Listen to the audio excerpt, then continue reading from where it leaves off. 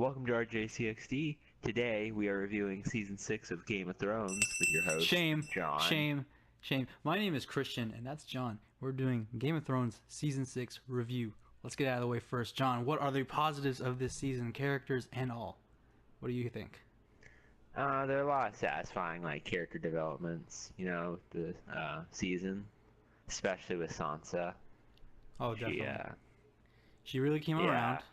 After Season 5 with Ramsay, now she got her revenge, which was an amazing episode. Battle of the Bastards. One of the best hours of television I've ever watched, personally. With that finale, Sansa really turned around. Yeah, I liked how she got to kill him. It wasn't just she goes up and stabs him. Yeah.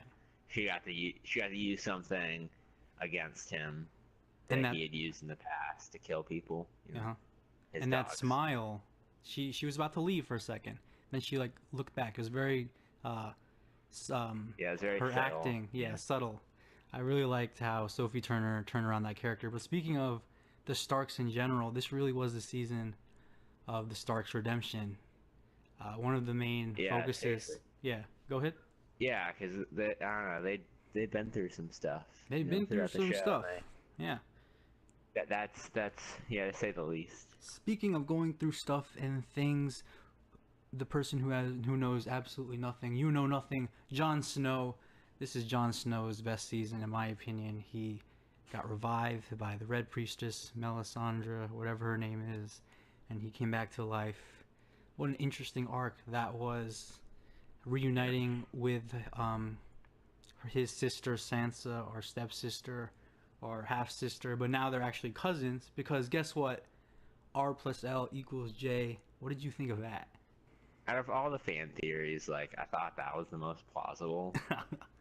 And, because his parents had to be, more significant than just, he's a Stark, Yeah. Is the show, building up to him having, his parents being of significance. So it could have just been he was a Stark. This opens the door for so many options now, because once he learns that he's a true heir to the throne, it's going to come in conflict with Dany and Tyrion and Cersei. They're all going to be butting heads. It's going to be very interesting next season. Well, see, here's the thing, though, because he doesn't want it. Daenerys, he might change his mind. Yeah. You never know. But Daenerys, she's a true born Targaryen. Yeah. Where Jon isn't. But so it seems like her claim is more legitimate to the throne. Yeah. But there is something we see though with Sansa and Jon Snow. You kind of thought that maybe Sansa would be the one that would step up and be like, oh yeah, I'm gonna be the Queen of the North or whatever, instead of Jon, since she's not, even in that, she's more legitimate. Even in that scene in the finale when they all yell King of the North, King of the North, he's hesitant at first, and then the camera focuses on the final shot of that scene on Sansa. I thought that was interesting. Oh yeah, so maybe there might be some bit of conflict in season 7 between them. Oh yeah, I heard that. Lots of people are saying that. But going back to Dany had a very cool progression this season. I like how the writers took her apart from Tyrion and the gang from the start and end of season 5. She was alone. She really got to develop on her own. She got so many badass moments this season with the Dothraki. What did you think? Was amazing. Yeah, seriously, the fire. She just kills all the Dothraki. Yeah. Or the main people. She has so many. Now she just has a whole Dothraki army. She has so many allies. She's got the Dothraki. She's got the Greyjoys, the Unsullied. She's got Tyrion as the. Well, she has some of the Greyjoys. Oh yeah, some of the Greyjoys. Not all. That's interesting when they go back to the Iron Islands. Oh yeah. What's gonna happen there? Which actually I think Euron and Cersei are the two main villains for the next season. So that'd be interesting. Definitely. Yeah, can't wait for that. And then season 8, I think, is going to be the White Walker War, and that's the season finale of Game of Thrones. But we're jumping ahead of ourselves here. Tyrion, I loved his part as well. He was named Hand of the Queen, right? Yeah. And that was so touching. I really love Peter Dinklage's acting and all of that. Mm-hmm. But let's go back to the Starks. There's one Stark who died, Rickon, and then another one, Arya. Wait, Arya? Yeah, Arya Stark. She's alive. What did you think of her story? Yeah, I thought you were saying she died. No, I'm no, like, no, what? not yet. Did I miss something? No. I mean, Rickon kind of had to die, you know? I was a little bit sad though, but I Yeah, knew it 'cause had to be done. Yeah, because how Sansa mentioned how Yeah, she's so smart. Rickon was the only person in the way of Ramsay's claim. She's so grown up now. She just realized it. Yeah, but Rickon's death was sad, but Arya's killings were cool. Like seriously, Oh, yeah. she got her revenge. She's gone full badass now. Yeah, she's gone full Batman. She's trained with the League of Assassins, League of whatever, and she killed Walder Frey. We've been waiting for that since the Red Wedding. Our revenge is so good. She's been training. Now she has to go back to her family. What do you think is going to happen to her? How do you think she's going to get there? Is she going to meet the Hound again? Because we got the Hound back. So that was very interesting. Yeah, I think she'll probably meet up with the Hound at some point. I don't know if she'll go right back to, Winterfell initially. I think she'll kill all the people she wants to kill. Yeah. And then go back to them, maybe. I wonder how Jaime got out of that. Because I feel like she would have wanted to kill Jaime, but now she's probably headed for Cersei. So that's going to be interesting. Yeah. Very interesting. Speaking of like the Hound and stuff, Arya's had like a deep connection with Gendry. He's still rowing that boat. Do you think he's coming back season 7? Yeah, I think he'll come back season 7. Because he is like an heir to Robert Baratheon. So he does have some claim to the throne if they want to weave that in. But I don't know. It's a tricky thing with him. But there's another Stark we haven't talked about. Bran, Vision, Three-Eyed Raven Bran. His story and one of the best episodes of this season. Hold the door. John, do you have trouble holding the door for a woman now because of that episode? No. Hodor died. Yeah, that was such a sad episode. It really was. I'm gonna miss him. But when we find out how he got his name, it was like, how could we not see that before? Right. It should be so obvious. Hold the door. But the kid and the actual actor for Hodor were like spectacular. That episode, everything about that episode was filmed beautifully. The actor who played the kid, kid version of Hodor, did such a good job. Speaking of like minor characters though, we got Jorah trying to find a cure. I thought that was a nice little moment with Dany. They acknowledge Jorah's love for Dany, and she's like, "All right, cool. That I love you too," in that friendship sort of way. But that was sad. And then we had Davos yelling at Melisandre. She burned Shireen. He finally found out from last season. Then we have Sam and Gilly going to a new setting with the library. That was so cool. And then we also have other scenes like Jaime meeting Brienne again, and Bronn having some fun moments with Podrick or whatever. What did you think of like all the stuff jam-packed this season? There's so much to talk about. It's probably one of the most like fulfilling like seasons. Really, I think it's my favorite season. What do you think? Yeah, I think it's probably the best season they've had. I was torn on.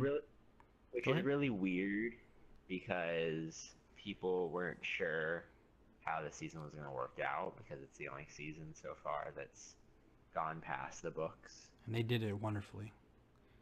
Like I can't. Because I'm not sure how much of it is based off what George R. Martin has told them, and maybe just some of their own stuff. Yep. So maybe they've had like more creative freedom. So they kind of just resulted in a better season. Ever since this season started, we actually bought the books, and that was really fun. I was so into Game of Thrones this season because it was just so beautifully well done, and 3 of the biggest Game of Thrones episodes of all time are now like the highest rated. The director that directed Hard Home and Battle of the Bastards and the season 6 finale, all the same. That's the same guy, and he needs to come back for more. Because speaking of the finale, the way he craftfully did the opening shot with Cersei in the fire and killing literally everyone in Westeros, that was so good. What did you think of that? Yeah, I thought something might happen with the wildfire. It had been a while, so they kind of mentioned that. Yep. Because I think they had that from like what, season 3, 4, something like that. And like it fulfills the little kind of prophecy with Bran's visions. He saw the wildfire going about, and it just it's a full circle with the Mad King. Now Cersei's the Mad Queen, and the theory lines up perfectly with Jaime having to kill Cersei. I love it. It's so good. Yeah. All the deaths. And then Go ahead. I think what was it? Marjorie's grandmother. Olenna. What? Yeah. She was. I think there was a scene earlier on in the season where basically like Cersei kind of has like no friends now. Oh yeah. And she didn't really have a claim to like get to the throne or whatever. And she said something along the lines of, "What are you gonna do? Kill everyone in King's Landing?" or something along those lines. That's nice. And That's she awesome. kind of did that. Oh, it was so satisfying, yet in typical Game of Thrones fashion. So, because we finally found that Faith Militant dickhead died, right? And then the Shame girl got tortured, and then the Shame, but then Tommen died, and that was kind of sad. And then Marjorie, one of my favorite characters, Marjorie, just died. Iron Fist died, her brother. It's just a lot of the process. I wasn't expecting Tommen to die the way that he did. That scene was so good. Yeah, but I mean, he kind of had to die because if he didn't, he kind of just would have been sulking around, being all like depressed. That is definitely, yeah, that's true. It wouldn't have been good TV. Okay, so what was your favorite episode this season? Definitely the Battle of the Bastards. Battle of the Bastards. See, like the Winds of Winter is like a close second. Oh my, the Winds of Winter is so good. Like they're both very different episodes, right? But they're just so like beautifully crafted. Battle of the Bastards is more driven by action, and then Winds of Winter is more driven by dialogue. The whole opening shot of Winds of Winter, it's like so beautiful. It's like 20 minutes music. It's so good. Like I cannot undersell or whatever how good that scene was. But Battle of the Bastards is one of the best hours of television wars I've ever seen. I'm not joking. Yeah, like it was very exhilarating. It reminded me of Saving Private Ryan. Yeah. Every shot was good. Even though it was like really predictable about like who was gonna come out on top, like it you just couldn't help but like it feel like a bit nerve-wracking, because at some points you thought, oh, is Jon gonna lose? Oh, definitely, yeah. Because like, in Game of Thrones, we don't really know what happens. This isn't a regular story. Just how Ramsay had like his formation or his his battle tactic, how he had the bodies piled up. Oh yeah. And then the people circled around him. Oh, and that was an amazing shot when Jon was like under the bodies and he was like trying to get out. I was scared. I felt like I was gasping for air for him. Yeah. Dude, and then when the Knights of the Vale just storm in, like... Yeah, we didn't get to talk about Peter Baelish and his little affection for Sansa. He wants that throne really bad. And that was so cool, the way it was filmed. Every scene in Battle of the Bastards was good. The one-shot tracking shot where Jon's like swinging swords, and the thing where he's already about to die again with the horses, the stampede part. So good. And then Tormund, he's just like biting some guy's neck. It's crazy. It's freaking awesome. Definitely one of the best episodes. Another one of... Go ahead.